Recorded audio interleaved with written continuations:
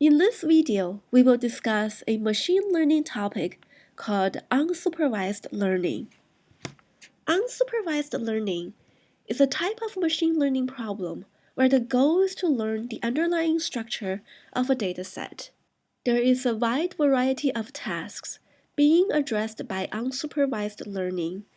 A few examples include customer segmentation, document topic modeling, and retail basket analysis to identify items that are frequently purchased together.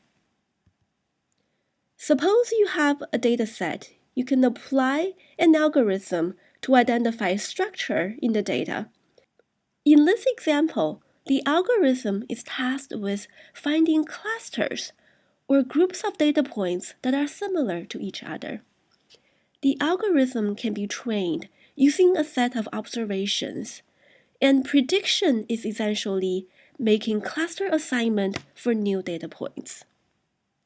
It's important to keep in mind that the key distinction from supervised learning is that the training data for unsupervised learning do not contain response labels. Hence, there is no clear measure of success for performance evaluation.